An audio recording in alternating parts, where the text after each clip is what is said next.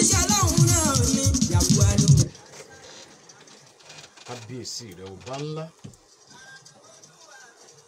ọba bẹbẹ tí ń bẹ kí kinní kan tó máa bẹ ǹyẹ́ ọmọ bẹ nígbà tí kinní kan ò bá sí mọ́ ìṣesí rẹ̀ ó tayọ òye ẹ̀dá àbẹ́ ẹ̀gbọ́ alágbára tó tayọ ọ̀rọ̀ yìí ní olùpè tí gbogbo olùpèpè ń pè bí ẹ ti ń pè é tó òun ò lẹ́nìkan tí ó pè é jẹ aláṣẹ lórí o gbogbo tí ń bẹ nínú ayé àti ọ̀run tí ò sì sẹ́nìkan ní kọ̀rọ̀bì kankan tí ń pa aláṣẹ àbí tí ó ń pàṣẹ lé lórí òun ló gbìgbà tí gbanigbani tá a sáyà lólódùmarè ọba mi bẹ́ẹ̀ wẹ̀wẹ̀ lólódùmarè ò ní jẹ́ sátọ nìkan láíláí fún àbàdà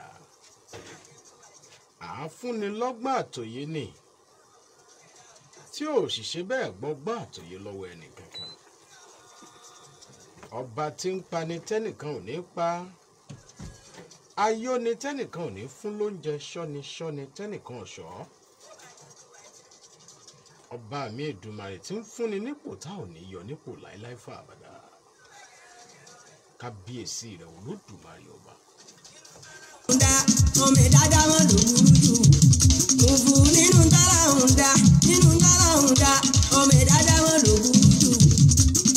nítorí akóredé ayédùn olùdarí ètò ara lóríṣiríṣi lórí rédíò náà ní 32 FM nílùú Ìbàdàn nílé Olúyọ̀lé ọmọ àfi tó ṣèwìn bọ ọkùnrin ẹ máa gbọ́ obìnrin náà ẹ sì máa gbọ́ ọmọ kékeré ẹ máa gbọ́ gbogbo ẹ̀jẹ̀ máa gbọ́ àdìkọ́gbọ́n bẹ níbẹ̀ àwọn èrò ara ètò tó póríṣiríṣi ń bẹ nínú rédíò tá a wà nínú 32 FM nílùú Ìbàdàn bẹ́ẹ̀ fẹ́ polówó ọjà ń fẹ́ níbẹ̀ nínú ètò ara náà ni ètò ara lóríṣiríṣi ẹ mọ́ ṣe gbàgbé wa àwa lára ara ló ní wá o ọba tó ní wá ọba tó dá wa sáyé o kò ní fi wá dára tá a fẹ́ o yọ̀ọ̀dà kò ní ṣàìdá fún wa o yọ̀ọ̀dà àṣẹ yọ̀ọ̀dà kò ní ṣàìdára fún wa o yọ̀ọ̀dà ayédùn mọ́ ṣe gbàgbé ibi tó gbé wá o ayédùn ọmọ ṣe gbàgbé ibi tó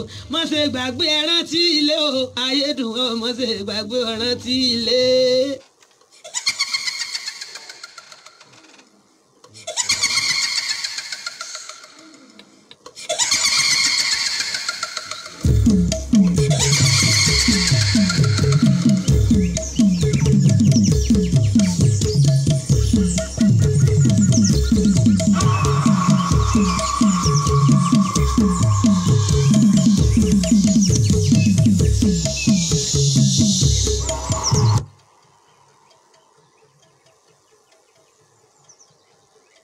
wọ́n pé ẹ má bínú kínú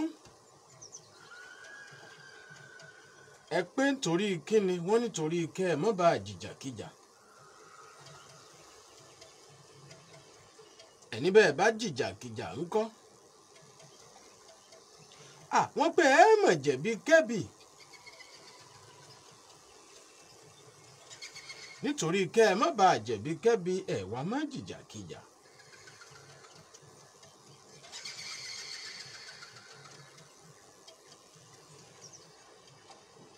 inú bíbí ń ò fi ṣẹ́ mìíràn ẹ̀dọ̀ fùfù ń ọ̀bẹ ọlọ́wẹ̀ kìkìdá orí adẹ́tù ń mọ̀ pé kọ́ wá jẹ́ mi láṣálẹ̀ tòní.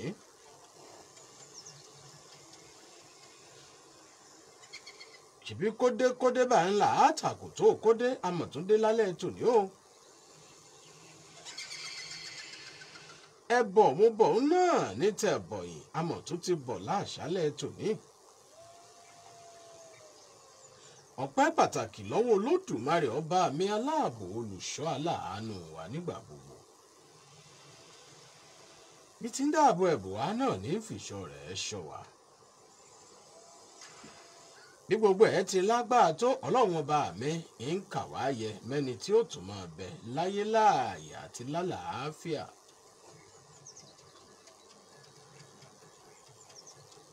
kò jọ kọjá àtẹgbẹ́ kò sì jẹ́ kí ìnira kó finú ayé wa kó fi ṣe bùgbé àdúpẹ́ lọ́wọ́ Olódùmarè. Ní pàtàkì ọpẹ́ wa ó ní ààbò odidi àti ìṣọ́ rẹ̀ tí fi ń bò wá tí fi ń ṣọ́ wa níbi gbogbo nígbà gbogbo. Bá a ti ń lọ tá à ń bọ̀ tá à ń bọ̀ tá à ń lọ lórí kó lè dá lórí ká lè rí nǹkan mú bọ̀ lábọ̀ tá a wà á jẹ́ fún yín tá a fi ṣètò. ń pa wá mọ́ nínú ewu gbogbo ń ṣọ́ wa ń fa ààbò rẹ̀ bò wá èmi là ní dúpẹ́ sí. òun nìkan níjójó máa ṣeéṣe tí ò jẹ́ kọ́rọ̀ wá ó dàbí kèrègbè tó fọ́ sẹ́bàá náà tí ò lè bomi délé. òun ló jẹ́ àlọ́ àlọ́ ire àbọ̀ ire àyúnlọ àyúnbọ̀ tọ́wọ́ ń yẹnu. òun ní ò ṣe ìlọ́wà nílò ẹja tó lọ títí títí tí ò débú.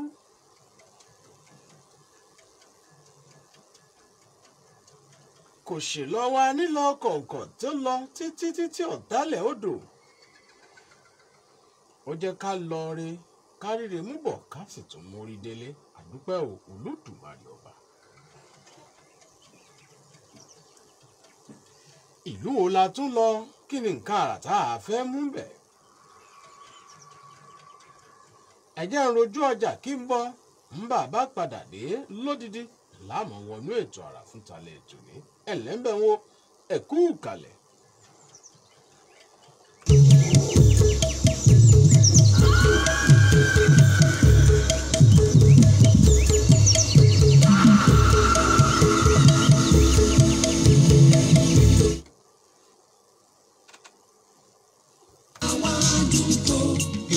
Èkó ṣèdánwò àti wọlé ẹ̀kọ́ gíga láì mọye ìgbà tó sì jẹ́ wípé ìfìdírẹmi ló bá dé. wò ó mọ́là gòjìnà ABS tutorial classes ti gbé ọ̀nà àbáyọdé wàyí láti jókòó ṣe àwọn ìdánwò bíi NECO, WAEC, UTME, Post UTME tó sì yanyọ nígbà kan ṣoṣo. bẹ́ẹ̀ gẹ́gẹ́ ni ìgbáradì tó kójú òṣùwọ̀n fún àwọn akẹ́kọ̀ọ́ tí bẹ ní ìpele JSS1 sí SS3 náà gbẹ̀yìn láwọn morning and evening classes wa lówó tí ò gùn pa. àwọn olùkọ́ tí mùsèmùsè wọn dá músẹ́músẹ́ tó ń ta àyíká tí mú ẹ̀kọ́ rọrùn ló jẹ́ kí ABS tutorial classes ó wà lókè téńté tábìlì. ọ̀fẹ́ ni ìforúkọsílẹ̀. ẹ máa bọ̀ tààrà wá sí ABS tutorial classes tó wà ní Ọláwálé shopping complex Mọ́nàtán àtúwà ní Awólọ́wọ́ junction Bódìjà. bẹ́ẹ̀ lẹ tún lè rí wa ní Odùsọ̀tẹ̀ bookshop Òkè Bọ́là tàbí kẹ́ ẹ pè wá sórí 0805 085 4922 tàbí 0817 202 7411.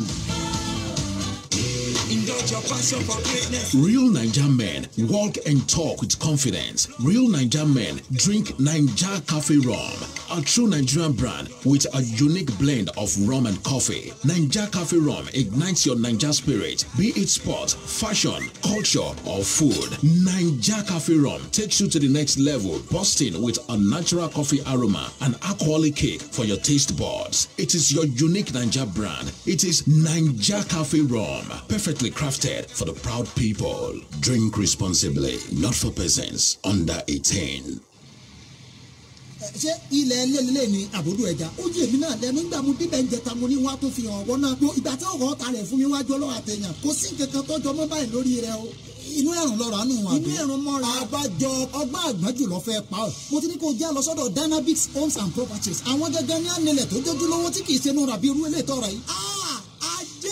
Dynamics Homes and Properties lókòrè àti. àwọn là ń ta Treasure Estate tí wà ní ìdó ológun ẹrúwé 650,000 naira ní plọ̀tì kan. Victory Estate phase 1 alábàtàmọ́níyà ń bàdàn 800,000 naira ní plọ̀tì kan. Victory Estate phase 2 alábàtàmọ́níyà ń bàdàn bákan náà 850,000 naira ní plọ̀tì kan. àǹfààní wà fún sísan díẹ̀díẹ̀ láàrin oṣù mẹ́ta nílé iṣẹ́ Dynamics Homes and Properties. àmẹ́ máa wá sí ilé iṣẹ́ wa fún àsọjẹ́ tó ń ti àjọṣọpọ̀. eléyìí tó gún mọ́ fún sísan owó ọ̀hún ẹni tó bá sanwó lẹ́ẹ̀kan náà gbé tán ó máa gba báàgì símẹ́ǹtì 5 a sì tún ṣe corner piece fún lọ́fẹ̀ẹ́. Dynamics Homes and Properties a wà ní Prime Plaza ọbalẹ̀ṣin oil phase 2 lójú ọ̀nà tó lọ sí free Ìbàdàn 0904 779 7352 0818 841 8137.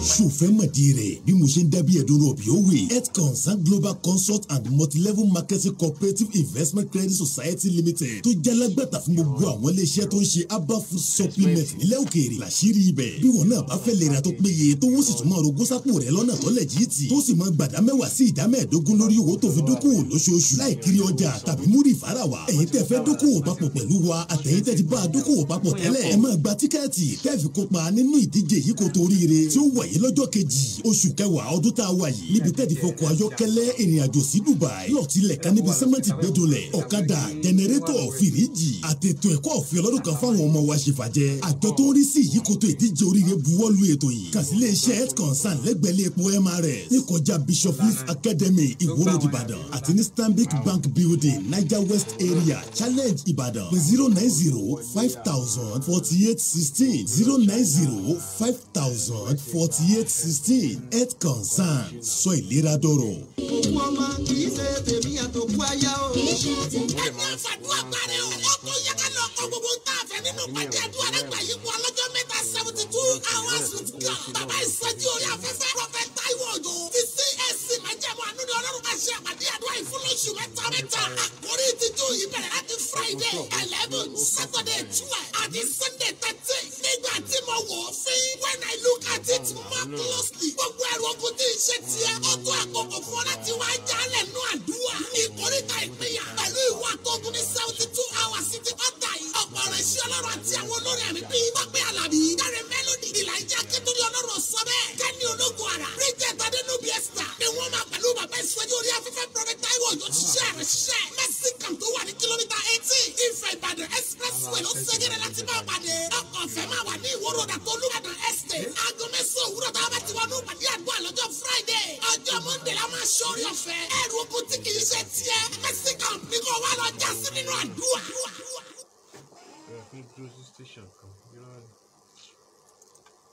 rèé o àrà rèé o àrà kéńgé.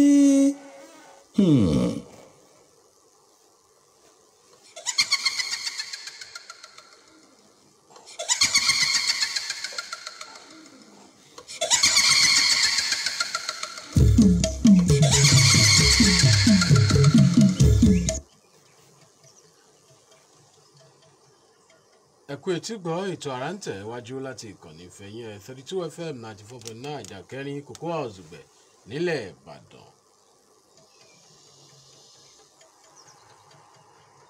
ṣé ẹ gbàgbé ó ṣeé ṣe kó jẹ́ pé ìgbà àkọ́kọ́ tẹ̀yin láǹfààní àti mọ̀ gbọ́ wa àbí tẹ láǹfààní àti darapọ̀ mọ́ wa lélẹ́yìí lórí ètò àrà òun náà láti máa ń ṣe àtúpalẹ̀ láti máa ń pa bìyàbídún láti máa ń ṣe ìfọ́síwẹ́wẹ́ ìrìn àjò wa eléyìí tá a rìn lọ sí àwọn ibùdó àrà àwọn ibùgbé àrà àwọn ìlú àrà àwọn èèyàn àrà oríṣiríṣi àwọn nǹkan tọ́lọ́run bá mi fi ṣàrà tó ṣe ìmọ̀ tó ṣe pé àgbọ́ ṣe hà àgbọ́ máa ń ṣe é gbàgbọ́ ni bí ò bá jẹ́ pé a bá tún mú ẹ̀rí wá kódà ọ̀pọ̀lọpọ̀ tá a bá ṣètò tán báyìí ni wọ́n tún ní ká tó tó àwọn sọ́nà bó làwọn ó ṣe débẹ̀ àmọ́ mẹ́lòmíì lọ jẹ̀jẹ́ pé iṣẹ́ àkànṣe ọjọ́ iwájú nìyẹn tó yẹ pé láìpẹ́ láì jìnnà yóò gbéra sọ pẹ̀lú àṣẹ Ìdùmarè tá a láǹfààní àti tẹ́ pẹpẹ mímọ́ kó àwọn èèyàn lọ sí àwọn ibùdó tí àwọn nǹkan àrà báyìí wà tá à ń pè ní ìrìn àjò afẹ́ láṣẹ Ìdùmarè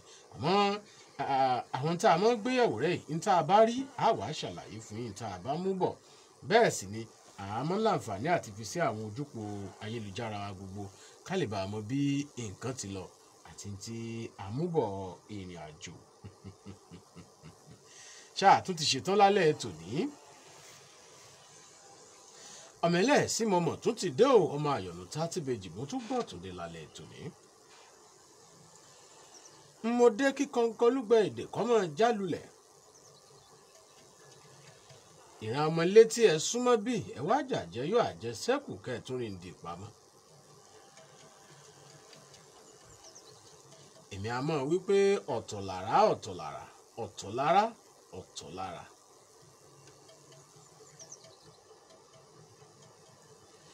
dídún ni wọ́n fi jọra wọn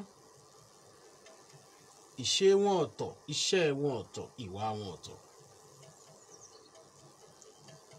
Ọláyínká lèmi jẹ́ ìṣe mi ọjọ́ tẹnìkan. Bọ́yá ẹ̀ máa Akóredé ní bàbá tó bí mi lọ́mọ, ẹ má fi mí wé wọn láéláé fà àbàdà. Àpèlé orúkọ àjẹrò ni níjà ayédùn ó jura wọn lọ kì í ṣètè. Nta àfiró ń kálukú ọ̀tọ̀ọ̀tọ̀ ni ibi Ọlọ́run ọba mi sì pé kí nǹkan yé kó wá wá sí ó yàtọ̀ síra wa. Ìyẹn gíní mi ẹ sọ fúnra àpáàdé kí wọ́n má bá mi dí wọ́n ọjà kí wọ́n má bá mọ bí wọ́n ti tó àbí bí wọ́n ti mọ̀. Àwọn gan ò tiẹ̀ tó ṣe bẹ́ẹ̀ kí wọ́n pé àwọn ò bá yangí àwọn ò bá dí wọ́n ọjà. Akọ òkúta ni wọ́n ń pè mí. Àwọn akọ aláǹgbá wọn jẹ́ ṣàkọ níwájú mi. Kànràn jẹ́gbẹ́ ni mí, mo fi líle mo fi jọba àgbà. Kò tó giriwo rẹ̀ àwọn ọrùn ẹsẹ̀ wọn jẹ́ sì náà bẹ̀.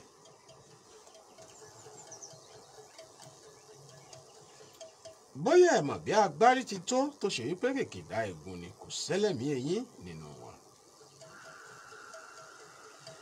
Igi ńlá ni mí bẹ́ẹ̀ dégbò ẹ béèrè wò. Igi ńlá lo lórí ẹ wò ó Ṣàngó nílẹ̀ kò títí kọ bàgì ńlá. Bẹ́ẹ̀ láya rẹ̀ náà ò ní fẹ́ ìjì títí kò fi ba igi ńlá ṣàwàdà. Èmi náà kúkú kọ Olódùmarè ọba ní ṣe ni bó ti fẹ́ bó ti wù ú. Àbẹ́ẹ̀rí yọká nìní sunwọ̀n léjò ara ń tọ́ká. Kò mọ̀ wípé bó ti wà dẹ́dà ń ló ṣe nìní.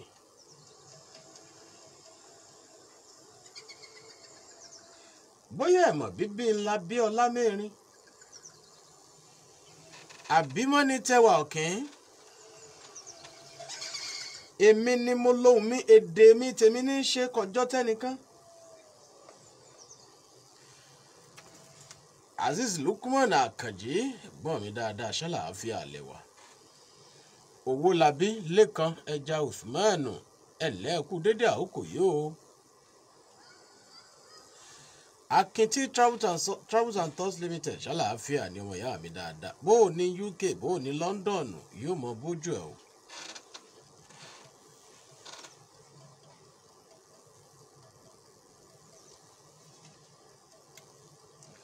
Akintí àwọn èèyàn mi náà ń kí ọ dáadáa bó ṣe ní mọ́ kí wọ́n lèmi náà ń kí ọ. Àwọn èèyàn ń bèrè kó tójọ́ méjì jọ́ mẹ́ta ìyẹn lápá àbí tí wọ́n ti rí wa wò. Ṣùgbọ́n èyí tó ṣà ń lọ àti dé látòrí ewé.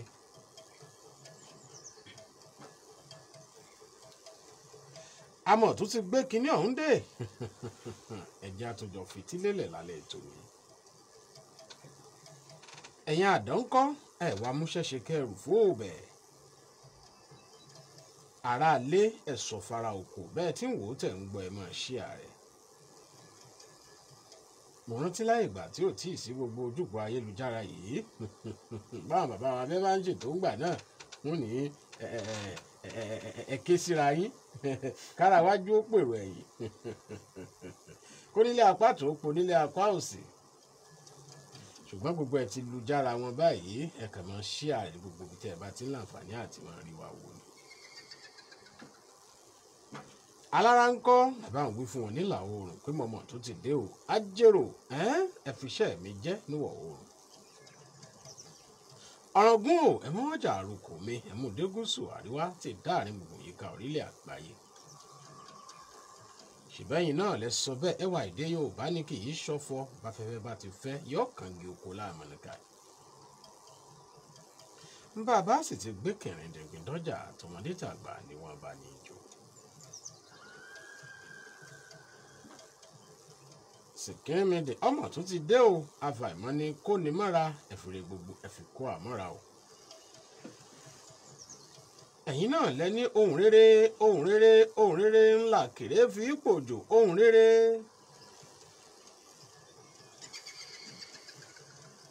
Ẹ̀fẹ̀nu re ẹ̀fẹ̀nu yọ̀ ẹ̀fẹ̀nu adùn ẹ̀fì wí tiwa láṣàlẹ̀ ètò mi.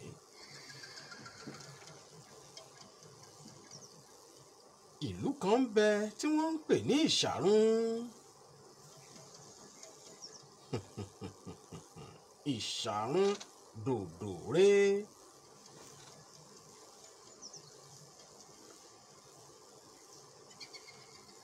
kí ni ìtumọ̀ ìṣàrun gan-an kàtìbí pẹlẹbẹ mọ́ ọ̀lẹ?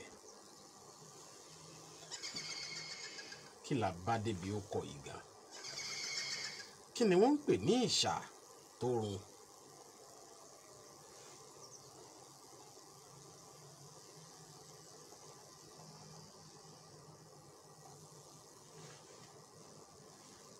ibo ni ìṣàrun wà?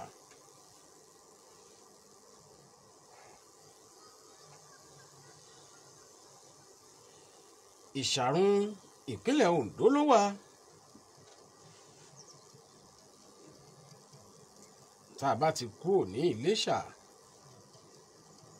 tá a kúrò ní gbogbo ilẹ̀ Ìjẹ̀ṣà, ṣe mọ̀ pé lápá àti bẹ̀rẹ̀ jọ pé ọ̀wẹ́nà náà ní ilẹ̀ Ìjẹ̀ṣà láti fẹ́ sọ pé ó dúró sí. tá a bá ti kúrò lọ́wẹ́nà, ṣe mọ̀ pé ìtọ́kàn náà ní ká bọ́ sí inú ìpínlẹ̀ ti Oǹdó. ìyẹn tá a bá ń lọ sí Àkúrẹ́.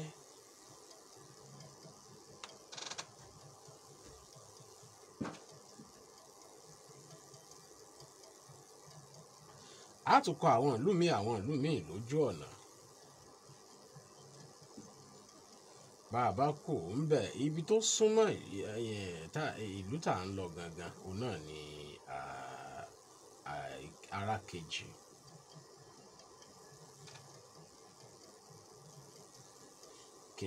Arákejì.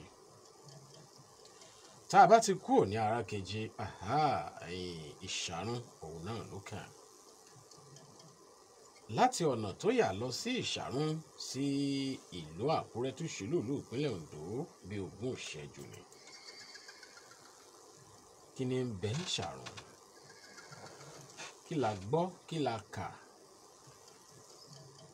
kí ni wọ́n pé ń bẹ ká tó gbéra wípé ẹjá lọ wò ó wà ká lè fìdí ẹ̀ múlẹ̀? bó o lọ́hún ti wá rí, kí la wá rí gan-an, kí la gbọ́ gan-an, kí ni ìwádìí fìdí òdodo rẹ̀ múlẹ̀ gan-an?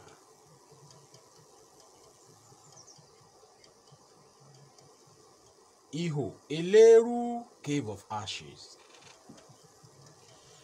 jákèjádò àgbáńláyé ni wọ́n ti mọ̀ wípé nǹkan kan ń bẹ nílẹ̀ Yorùbá ní ìpínlẹ̀ Oǹdó nítòsí ìlú Àkúrẹ́. ìbáṣepọ̀ wo ní ń bẹ láàrin eérú tí ń bẹ nínú ihò yìí àti ìṣàrun? ṣé lóòótọ́ ni wípé ìran Yorùbá wọ́n ti ń bẹ láti bí 13,000 ọdún sẹ́yìn? nílẹ̀ Yorùbá náà sì ni tá àti ìmọ̀ sọ̀rọ̀ Ilé Ifẹ̀ rárá àti rárá.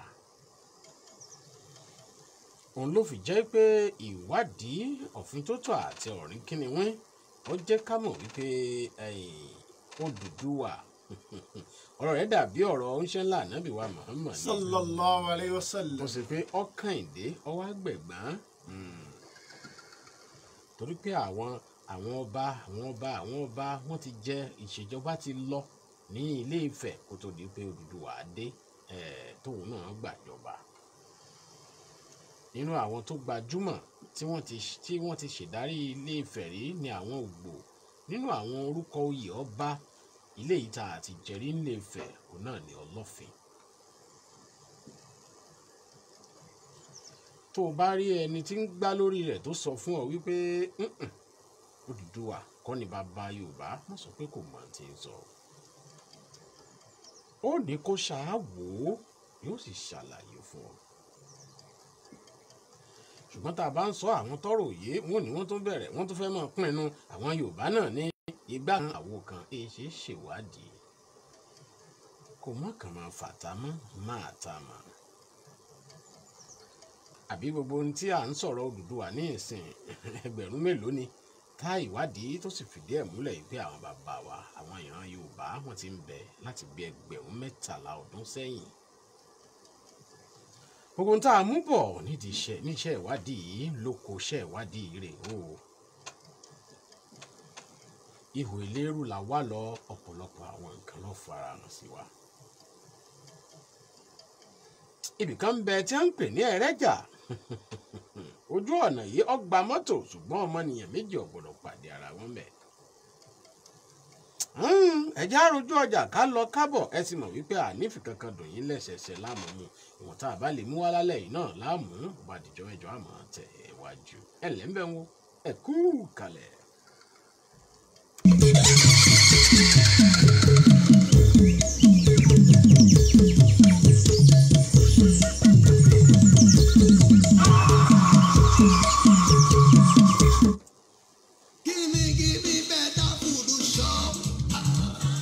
My dear, àwọn ohun ìpanu tí o rà wá lánàá yẹn kò bọ́ sí rárá o. Níṣe ni gbogbo ẹ̀ kàn tẹ̀ lẹ́nu bí oúnjẹ tí ò ní yọ̀. Ṣé bí mo ti sọ fún yín pé Palace Street ní kẹ́ ẹ ti mọ̀ bá mi ra nǹkan wá. Mi ò kúkú gbàgbé kódà ibẹ̀ ló pè mí láti bọ́ ra nǹkan. Àmọ́ mo rò pé wọ́n lè má ní àwọn nǹkan wọ̀nyí ni. Ṣé bí mo sọ fún ọ wípé wọ́n ń ta àwọn ìpápánu tó ń ṣara lóore bíi salad, sandwiches, wraps, shawarma, parfait, juice, smoothies tàbí shakes, cocktails, mocktails àti bẹ́ẹ̀ bẹ́ẹ̀ lọ. Bẹ́ẹ̀ tí ẹ rí. Bóyá ẹ sì ti gbàgbé ni pé Palace Street wà ní plot 4 phase 3 Àkóbọ̀ housing estate Anífàlájé bus stop Àkóbọ̀ Ìbàdàn tàbí 12 Awóṣìkà estate off Awólọ́wọ̀ Bódìjà Ìbàdàn. Bẹ́ẹ̀ gẹ́gẹ́ ni wọ́n wà ní shop 19 A small ládojúkọ Ọ̀yọ́ State Housing Corporation Awólọ́wọ̀ Ìbàdàn. Ẹ sì lè pè wọ́n sórí 0901 561 3951. Káre ìyàwó mi tó dààmú. Èmi nìyẹn o. Hey babe, sup? Friendship me. I just got to Ibadan right now. Where are you? I've been trying to reach you. Wow, babe. I left Ibadan this morning. Oh, so where can I pass the night now? Wait. Classicus Inn. Classicus Inn is a 3-star hotel at the center of Ibadan with fully air-conditioned, beautiful rooms, good parking space, 24/7 security, in-house laundry service, plus bar and restaurant. Their service is top-notch. Above all, it's pocket-friendly. So all I need to think of now is a hall to plan the event that brought me to Ibadan. Did I hear you say hall? You're so lucky, babe. Classicus Inn has a mini hall of 30 people capacity and a conference hall of over 100 people capacity. They got you covered, babe. Wow, so where are they located and how can I book? Classicus Inn is located at 1-3 Ifelodun Street, Orogun Junction, adjacent University of Ibadan 2nd Gate. All you need to do is walk in and book for a room or hall of your choice. You can also visit www.theclassicusin.com to make your online bookings, or you can also call 0903-959-1450 for further inquiries. Wow, thank you so much, babe. You are welcome. Uncle Dentist, what are cavities and how does Colgate protect my teeth from cavities? Does it use cold food? Hello dear. Most tooth pains are caused by tooth holes called cavities. When you brush daily with Colgate Maximum Cavity Protection, its expert formula locks natural calcium in our teeth and helps protect them from cavities. It's time to upgrade to the world's most chosen toothpaste, Colgate, because Colgate locks calcium in. Colgate is recommended by the Nigerian Dental Association. Bẹ́ẹ̀ni o, United Arab Emirates ń dùn yọ̀gbàyọ̀gbà lójoojúmọ́ ni. Rivers Global Travels ló yẹ bá a ṣe lè jáládùn business opportunities, networking àti recreations. Rivers Global Travels a máa gbéra lọ sí Dubai pẹ̀lú àwọn superstars bíi Ibrahim Chata, Nígbà Chikola Olóòtú, Wumi Tomola, Alájà Kọ̀díjà Tẹ̀wá Islam, Dàmílọ́lá Òní, Zainab Bakare, Yusuf Olóòtú pẹ̀lú Mr. Rain ní Thursday June 24 la máa gbéra. A lè máa padà ní Wednesday June 30 ọdún yìí 6 days 5 nights fún business transaction àti bá a ṣe dayerura hotel accommodation pẹ̀lú breakfast Dubai City tour dinner party lórí omi pẹ̀lú àwọn olórin tàjọ lọ desert safari cruise àtúndọ̀ máa wọnú Burj Khalifa pẹ̀lú gbogbo eléyìí ticket pẹ̀lú emot visa àti travel insurance ní o shared room pẹ̀lú ẹnìkan ní 600,000 naira single room ní 700,000 naira ẹ tètè kàn sí ọ́fíìsì ní First Global Travels báyìí ó wà number 3B Yemtop Plaza beside Elewure Mosque off Akala Express lórí extension Ìbàdàn telephone 080-345-240 ní First Global Travels Dubai. Àwọn ọkùnrin Naija àtàtà a máa yan fanda sọ̀rọ̀ pẹ̀lú ìgboyà. Àwọn ọkùnrin Naija àtàtà kúndùn láti máa mu Naija Cafe Rum. Ògidì ojúlówó ọtí tí a ṣe lórílẹ̀-èdè Nàìjíríà wà nínú kọfí àti ọtí Naija Cafe Rum yóò gbé ẹ̀mí Naija inú rẹ yọ ìbáṣe ìdárayá àṣà tàbí oúnjẹ ọtí Naija Cafe Rum yóò mú ọ lọ sí pele tó kàn pẹ̀lú òórùn dídùn kọfí tí ń ta sánsán ọtí Naija tiwantiwa ni ọtí Naija Cafe Rum ápilẹ̀ ṣe fún àwọn ọmọ Naija àtàtà má ṣe mu àmupara kò wà fún títà fún àwọn ọmọ tọ́jú orí wọn wà lábẹ́ ọdún 18. Àrà rẹ o àrà kéńgé.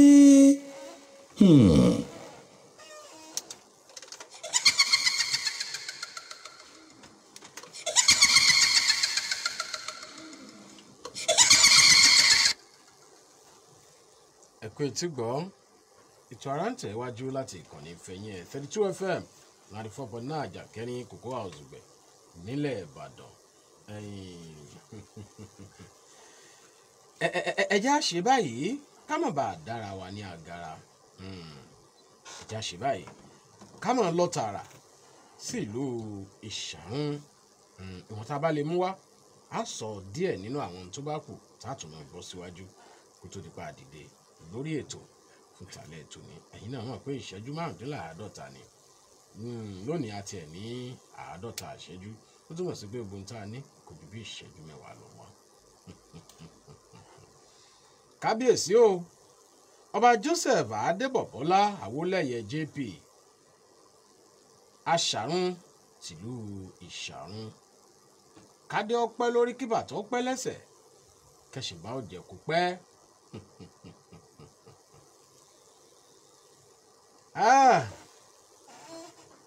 àdúpẹ́ tá à ń lọ rí tá a sì ń bọ̀ rí tí wọn ò torí tiwa pé gbogbo ẹ̀yin olólùfẹ́ wa ń pè pàjáwìrì àbí tẹ́yin náà ò rí nǹkan kan àbí gbọ́ nǹkan kan torí ẹ̀ máa pàwá náà ń pè pàjáwìrì pé àgbọ́ báyìí ni a rí nǹkan báyìí ni àní á fìdí ẹ̀ múlẹ̀ àdúpẹ́ torí pé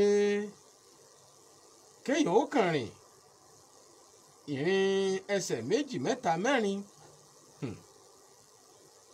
bẹ́ẹ̀ dábàá mọ ewu tí ń bẹ́ẹ̀ gbogbo ìgbà tó bá lọ tó bọ̀ náà ni ó mọ̀ dúpẹ́ àrà ọ̀tọ̀ fọba tó ní. àníyé mọ rírì wípé ń fa àbò rẹ̀ bò wá ń fiṣọ́ rẹ̀ ṣọ́ wa. ká má sọ ọ̀nà jíjìn gan-an ọ̀pọ̀lọpọ̀ gbàlàwá náà ó tì í mọ̀ jáde à ń lọ bí iṣẹ́ à ń lẹnu òkú wa tó jẹ́ pé lójú ọ̀nà á sì máa rí ìjàmbá táwọn èèyàn ti lẹ́ra wọn mọ́lẹ̀ tí wọ́n ti ṣubú tán ti ṣèṣe àmọ́ òkà lẹ́nu ìgbà tílẹ̀ mọ́ yìí náà lẹ́nu sìn náà lélẹ́yìí tí yáa ṣẹlẹ̀ yìí. àtàwọn àtìyín nígbà wo tá a bá ń lọ tá a bá ń bọ̀ àní kò náà sí o àní ṣàgbákò àbúrú wọn ní faṣọ dá wa mọ̀ jí fúnra wa tá a bóde ńlé náà láṣẹ padà wọlé pẹ̀lú ìdùnnú àtayọ̀. gbogbo àdánwò tí sì máa dé báyàn téèyàn ó fẹ́ wọlé tí ọ̀ á kàn dí aburú ti ṣẹlẹ̀ lọ́ọ̀dẹ̀ kéèyàn ó tó dénú aburú ò ní ṣẹlẹ̀ dè wá àwa náà sì ní bá bànújẹ́ wọlé.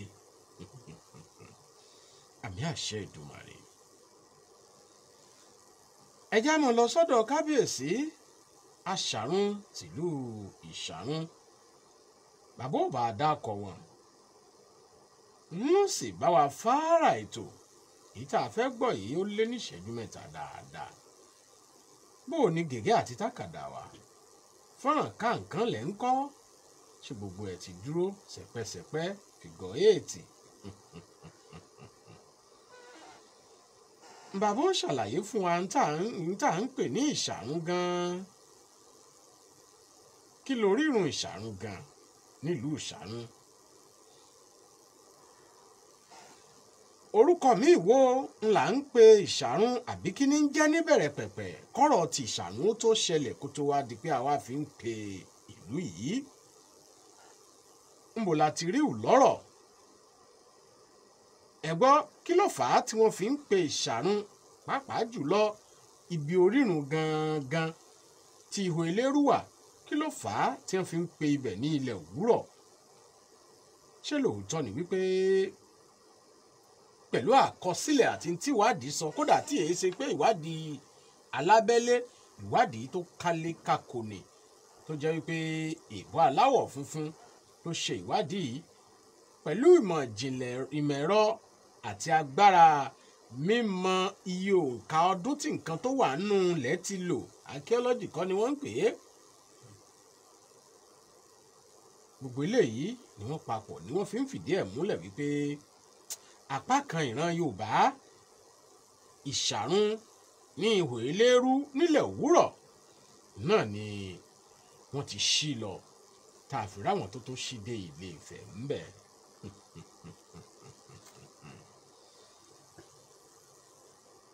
ẹ̀já ṣe báyìí ká mọ̀ lọ́dọ̀ kábíyèsí ọba Joseph Adébọ̀bọ́lá Awólẹ́yẹ JP aṣàrun ti ìlú ìṣàrun. àwọn àyèwò làwọn bàbá wọn ti dé kó tó di pé wọ́n débi tí ìṣàrun tòní yìí gangan wà látẹ̀yìn ìgbà tí ilẹ̀ Òwúrọ̀ ti tú níbi tí a fi ìtẹ̀dó ihò Elérú tí gbogbo ayé máa ń sọ pé àwọn fẹ́ débẹ̀ pé bó ní ihò ṣe lè wà tó jẹ́ pé irú ni ó máa wà ńbẹ̀ cave of ashes. ṣé ìgbàgbé ihò táwa náà bá fẹ́ sọ ló kọ ihò onísọdọ̀sì lápẹ́ o tí ń tajú tí ń tamú ihò ládùn èbó ládùn àwáyé. àdúkẹ́ ṣọ́kùmọ́yà Adéọlá Elizabeth ṣàlàáfíà ni ẹ̀lẹ́ o kò gbáládùn ń bẹ̀ wọ́n. bàbá ẹ bá wa fara bó bá jẹ́ wọn tá lè mú wa lálẹ́ tòní náà nù káwọn èèyàn gbọ́ gbogbo tó rọ̀ mọ́ ọ̀rọ̀ ìṣàrun gan-an ká tó wá máa tẹ̀ sí ọwọ́ iwájú. ẹ̀lẹ́ ń bẹ̀ wọ́n ẹ kú kalẹ̀.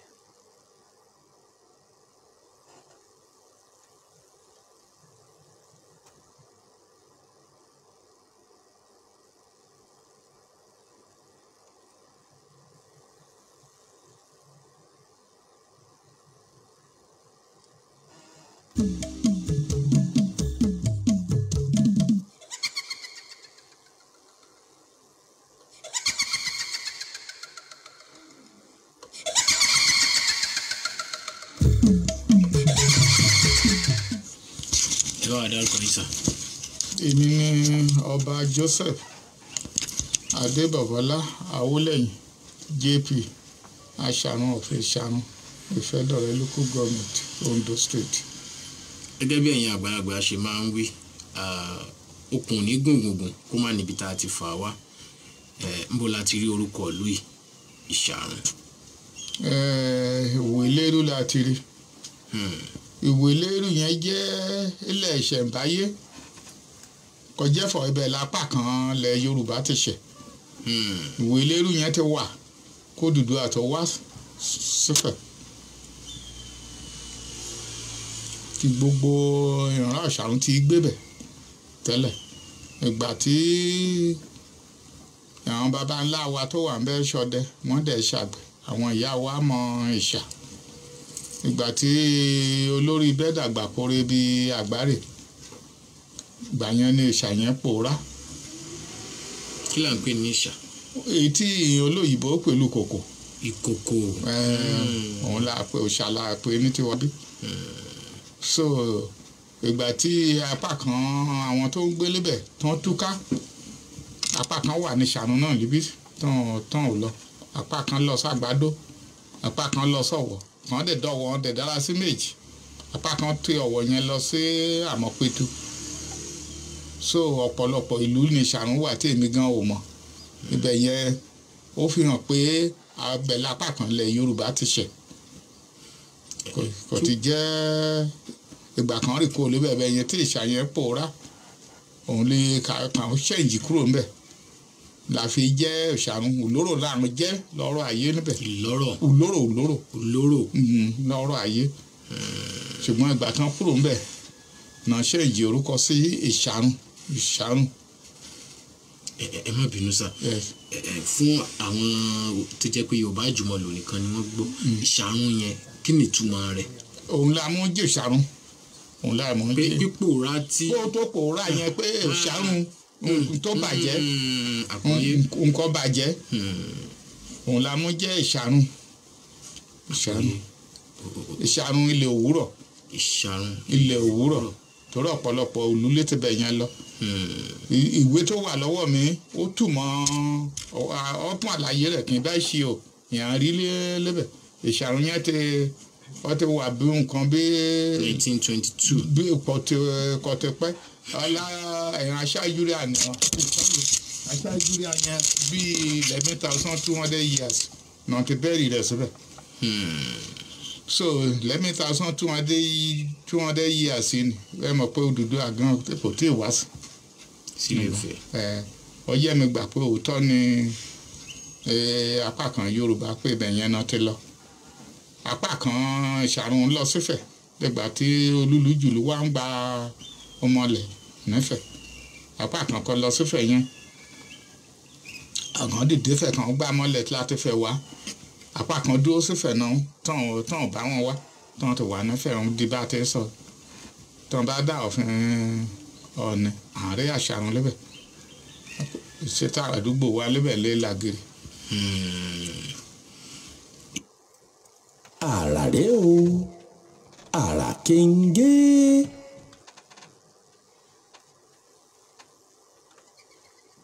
Kì í dùn púpọ̀ ṣe ń lọ bẹ̀rù gbé. Àmọ́ mú un lódìdí nígbà àbámọ̀ tẹ̀ iwájú ní ọjọ́ mẹ́jọ. Ẹ kú ewu ọjọ́ bí olólùfẹ́ wa dáadáa ní ìkànnì adẹ́rìn-pòṣónú. Olólùfẹ́ Mr. Ayédùn àti àwọn ikọ̀ rẹ̀. Ajá Rùkọ́yà Ọmọ́tọ́lá Bámidélé. Many more years to celebrate, my dear sister. Dẹ́kunlé sáré dúpẹ́ lọ́wọ́ àwọn tí wọ́n gbọ́ àká máa lọ lé. tó ọpẹ́ pàtàkì lọ́wọ́ gbogbo ẹ̀yin lólùfẹ́ ìkànnì 32 FM 94.9 ajákẹ́rẹ́ kòkó ọ̀rọ̀ kẹgbẹ́ nílẹ̀ Ìbàdàn fún darapọ̀ mọ́ wa lórí ètò àrà fún talẹ́ òní. Wọ́n ń ṣe ládùúrà wípé ara rẹ̀ ní Elédùmarè yóò fi gbogbo ayé ẹnì kọ̀ọ̀kan wá dá o. Títí ọjọ́ mẹ́jọ tá a tún pàdé Adékúnlé Ìṣọ̀lá òjò odò tó ń kọ́ tí èmi jẹ́ adúpẹ́ ẹgbẹ́ tí à ń lọ. Ọjọ́ ti lọ bí wọ́n bá kán àyàn léni wọ́n ti já àyàn dànù. Ọgbà àwọn ọkọ mi náà lájọ wà ń bí ẹ mọ́ bínú ẹ̀yin lè dá ọkọ̀ ọjọ́ ti lọ nídàárọ̀ ọ̀run ayọ̀ lásán. 32 FM 95.9 ọjọ́ gbogbo kìkì ẹ̀rín. Olúwẹ̀ máa wà á di tẹ́ńtẹ́bù.